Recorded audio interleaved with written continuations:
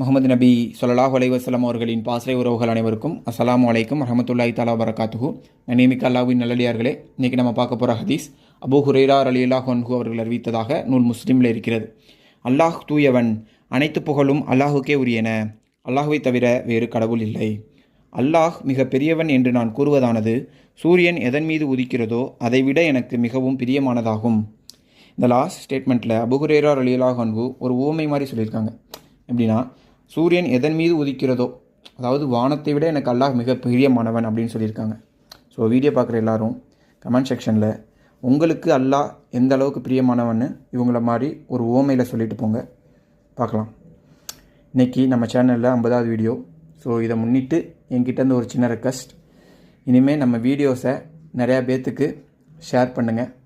நம்ம பாஷையில் சொல்லணும் அப்படின்னா எத்தி வைங்க, வைப்போம் இன்ஷா அல்லாஹ். பாய்.